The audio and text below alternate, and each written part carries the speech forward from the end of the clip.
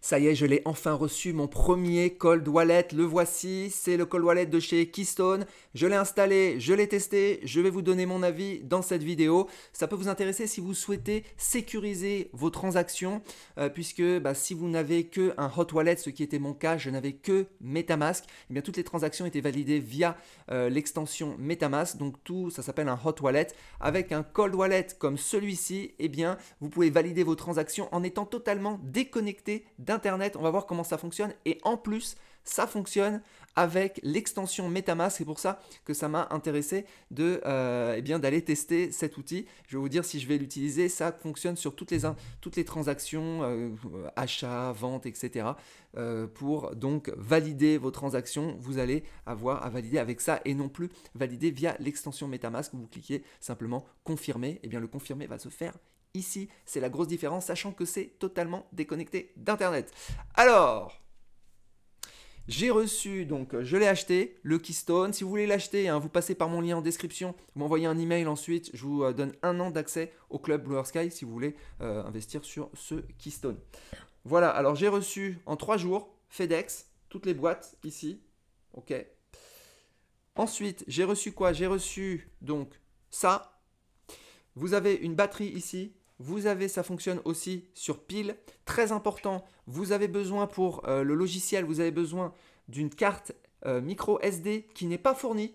J'avais la chance d'en avoir une sur mon portable, sur mon téléphone portable. Donc j'ai pu la mettre. Ok, donc j'ai pu tout faire fonctionner. Vous avez besoin d'une micro SD.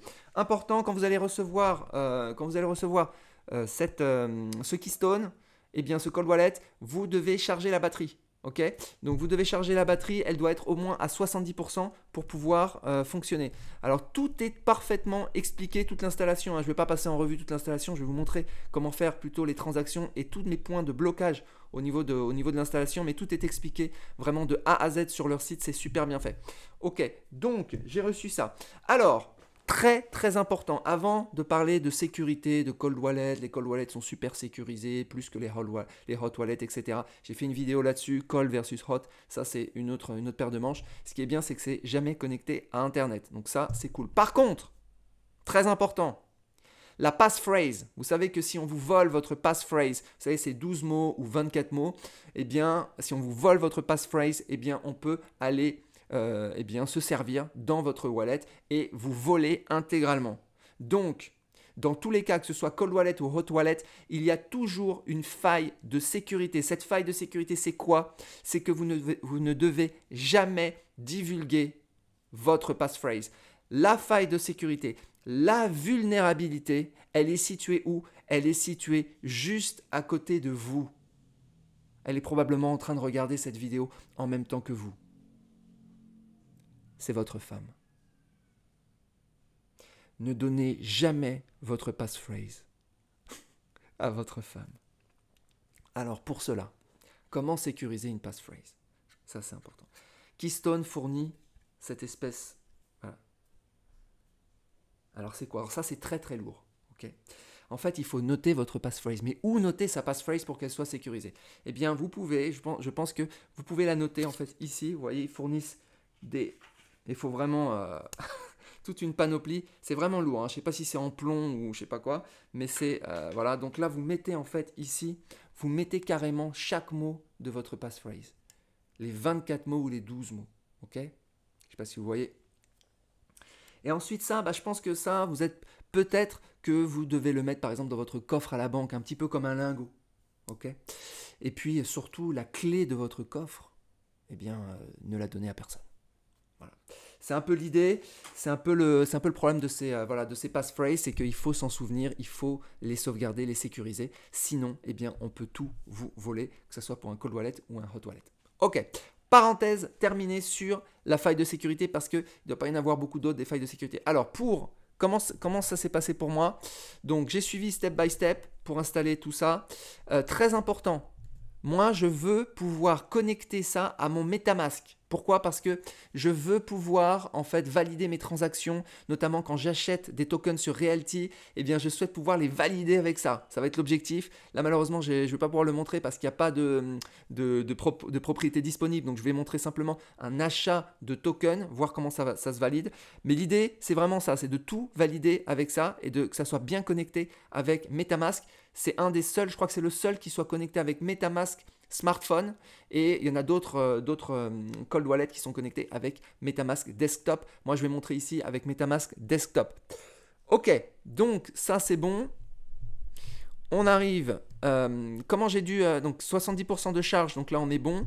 Important, vous devez mettre le nouveau firmware. Quand vous recevez ce cold wallet, il ne fonctionnera pas avec MetaMask. Vous devez télécharger le nouveau firmware et l'installer. Ça se fait avec la carte. Simplement, vous téléchargez le zip, vous le décompressez et vous le mettez dedans et ça va s'installer tout seul. Donc ça, c'est fait. Sinon, ça ne fonctionnera pas.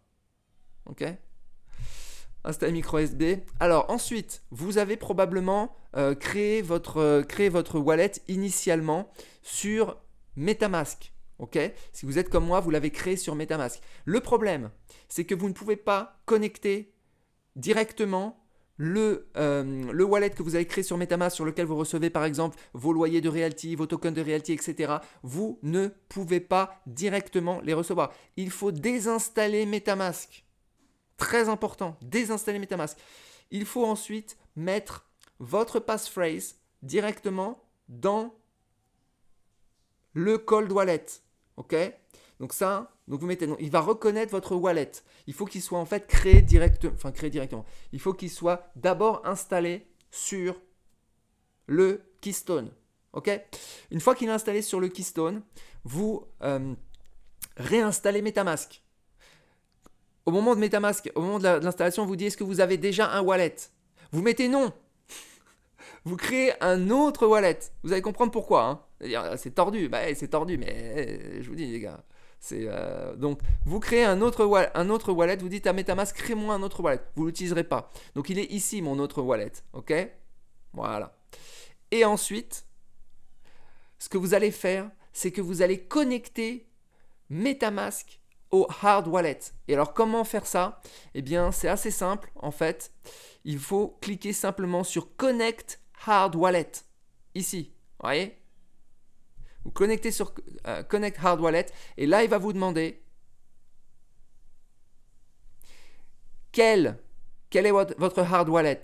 Ok? Vous cliquez sur QR Base. Tout est basé sur des QR codes ici. C'est comme ça qu'il arrive à communiquer et c'est comme ça qu'on n'est jamais connecté à Internet. On est connecté que via des QR codes. Vous mettez QR code, vous cliquez sur Continue. Ok? Et là, la caméra en fait va s'ouvrir. Je ne sais pas si on va la voir s'ouvrir parce que j'enregistre en même temps. Ok, donc là en fait, il a déjà, parce que j'ai déjà fait le boulot, il a déjà connecté en fait mon premier compte. Il faut savoir que ici, vous allez devoir faire exactement la même chose en faisant Connect Software Wallet. Ok, cliquez Connect Software Wallet et là, il va vous mettre un QR code. Ok, et vous allez donner ce QR code à MetaMask et ça va connecter votre hardware wallet. C'est pour ça qu'il a fallu d'abord désinstaller MetaMask pour que le wallet que vous aviez créé initialement sur MetaMask ne soit pas reconnu comme un soft wallet, mais soit reconnu par un hardware wallet. Donc, voilà, c'est simple. Une fois que vous l'avez fait une fois, c'est terminé. Donc, comment ça va se voir ensuite? Eh bien, vous allez voir ici Keystone. C'est-à-dire que le wallet que vous aviez initialement, en ayant mis simplement la passphrase ici et en ayant connecté à MetaMask, eh bien, il va arriver comme par magie, mais il va s'appeler, vous voyez ici, Keystone One. Okay? Et c'est mon ancien wallet. Donc là, il est connecté. Ça veut dire quoi connecté? Ça veut dire qu'à chaque fois que je vais faire des transactions, eh bien, il ne va pas me demander la confirmation sur MetaMask. Il va me demander la confirmation sur mon Keystone via des QR codes. Alors, on va faire un petit test. Tac. Ok, on va faire un petit test. On va par exemple envoyer des tokens. Donc des tokens de mon wallet Keystone à mon autre wallet, par exemple celui que je viens de créer, celui-ci. Donc je vais aller prendre la Voilà, je vais aller prendre l'adresse. Je vais sur mon Keystone. Voilà. Alors ce qui est bien avec MetaMask, c'est que je pense que ça fonctionne avec tout, c'est-à-dire avec sur la blockchain Ethereum, sur la blockchain Gnosis, pour Realty, etc. Je referai une vidéo avec Realty pour vraiment montrer jusqu'à la fin comment j'ai payé mes tokens. J'espère que ça fonctionne, parce que c'est quand même mon objectif. Mais aujourd'hui, je ne peux pas le montrer parce qu'il n'y a pas de propriété sur Realty malheureusement. Donc je vais simplement envoyer un petit peu de sous à mon autre. Alors c'est la première fois que je le fais. Hein. On va envoyer quelques éthers. Allez, je vais envoyer 0. Allez, 0.1 ether. Je pourrais envoyer des USDC, je pourrais envoyer n'importe quoi. Hein. Ok. Et là, donc il me dit ça. Alors maintenant, ça doit plus coûter trop d'argent. Vous voyez. Ok, estimated. Vous voyez maintenant les frais gaz sur la blockchain Ethereum, ils sont vraiment très faibles. 0,29 $, 29 centimes. Donc je fais confirmer. Et là, au moment de la confirmation, paf, avant, on m'aurait demandé simplement mon code sur MetaMask. Validez-vous la transaction et ça aurait été terminé. C'est la différence entre le hot wallet et le cold wallet. Mais là maintenant, eh bien, j'ai un QR code. Donc avec ce QR code, alors je ne vous ai pas dit ici, mais à chaque fois, par exemple, que je me déconnecte, je peux me reconnecter avec des empreintes digitales, avec un pattern. Il y a plein de méthodes en fait de connexion. Savoir que c'est vraiment, voilà, pour l'instant j'ai activé le pattern pour faire simple. Ok. Donc je mets mon pattern. Ok. Et là en fait ce que je vais faire, c'est que je vais aller scanner. Ouais, je suis pas connecté à Internet. Hein. Voilà. J'ai scanné cette demande de signature, c'est-à-dire demande de validation. Elle est ici. Et vous voyez ici, il me dit sign. Est-ce que tu veux signer ou est-ce que tu veux pas signer? Est-ce que tu veux valider ou pas? La validation, vous vous rendez compte, hein? Je ne suis pas connecté en Wi-Fi là, hein, ce n'est pas un smartphone connecté en Wi-Fi, je ne suis pas connecté du tout. C'est déconnecté d'Internet. Donc je vais cliquer sur sign. Ok, vous voyez. Donc là je vais cliquer sur sign. Il me demande mon code, mon password. Ça c'est le password que j'ai sur que j'ai mis au début sur Keystone. Ok, donc ça c'est mon password Keystone. Voilà, alors je viens de valider donc la transaction avec mon Keystone et je viens de renvoyer la signature, de renvoyer le QR code de validation à MetaMask pour que MetaMask le prenne en compte et donc pour que la blockchain soit informée. Vous voyez ici, donc ça s'est passé comme ça. Donc là, on est en pending. Donc la transaction, elle a été validée. Elle est en attente donc d'être prise en compte sur la blockchain. Je vais aller voir sur mon autre compte parce qu'à un moment donné, ils vont devoir, je pense que ça va être reçu.